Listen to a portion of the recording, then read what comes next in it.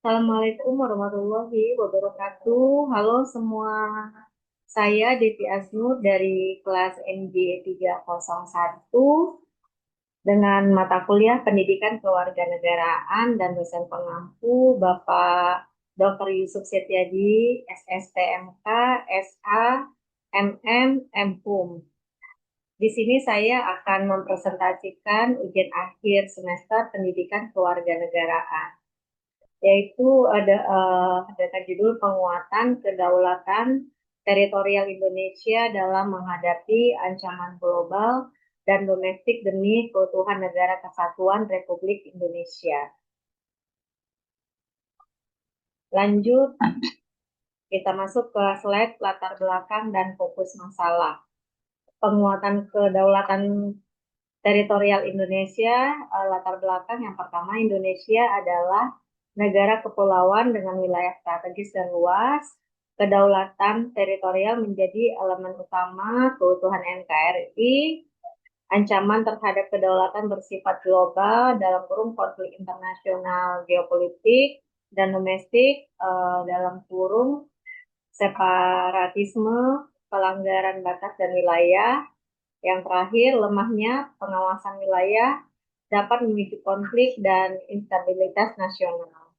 Fokus masalah yang pertama, ancaman terhadap kedaulatan teritorial Indonesia, peran negara dan warga negara dalam menjaga NKRI, dan yang ketiga, strategi penguatan kedaulatan teritorial.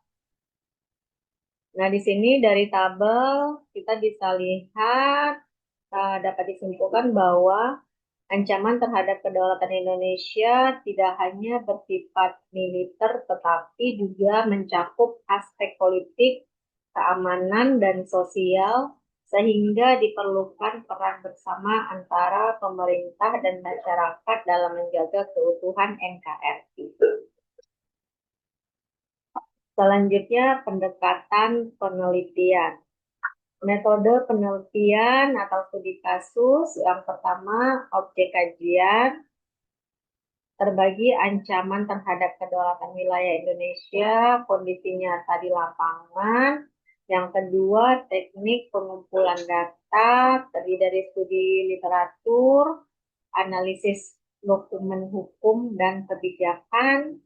Yang terakhir, tujuan terdiri dari menggambarkan realitas ancaman kedaulatan dan menganalisis solusi penguatan NKRI. Lanjut, kajian teori. Teori pendukung penelitian yang pertama, teori kedaulatan negara, teori keamanan nasional, teori persatuan dan kesatuan, dan terakhir wawasan Nusantara. Hasil penelitian. Temuan utama yaitu pertama, ancaman kedaulatan tidak hanya bersifat militer. Yang kedua, tantangan global meningkatkan kompleksitas keamanan. Yang ketiga, kesadaran masyarakat terhadap bela negara masih rendah. Dan yang terakhir, perlu sinergi antara pemerintah, TNI, dan warga negara. Nah, dari tabel kita bisa lihat ya, nih ada ringkasan temuan, aspek, dan kondisi. Baik, lanjut ke pembahasan pertama. Ancaman global terhadap kedaulatan teritorial, yaitu yang pertama, sengketa wilayah internasional. Yang kedua, tekanan geopolitik global. Yang ketiga, globalisasi dan keterbukaan wilayah. Yang keempat, tuntutan penguatan diplomasi dan pertahanan. Poinnya, globalisasi yaitu peluang dan ancaman sekaligus. Pembahasan kedua, ancaman domestik terhadap NKRI. Yang pertama, gerakan separatis. Yang kedua, konflik horizontal. Yang ketiga, lemahnya penegakan hukum. Dan yang keempat, kurangnya pendidikan kewarganegaraan. Ancaman dari dalam sering lebih berbahaya dibanding ancaman luar. Poin yang dapat kita petik dari pembahasan kedua. Untuk pembahasan ketiga, strategi penguatan kedaulatan teritorial. Yang pertama, penguatan pertahanan dan keamanan nasional. Yang kedua, pendidikan Pancasila dan kewarganegaraan.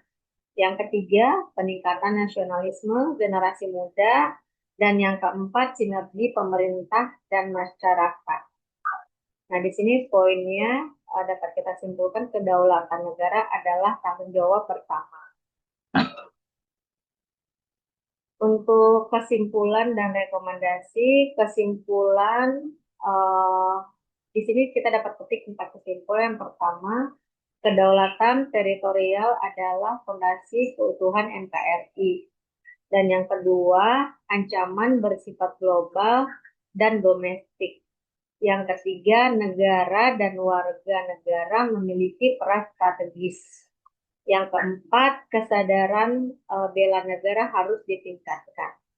Untuk rekomendasi, pemerintah perkuat pengawasan wilayah, pendidikan, tanamkan nilai kebangsaan, dan masyarakat aktif menjaga persatuan mahasiswa menjadi agen nasionalisme.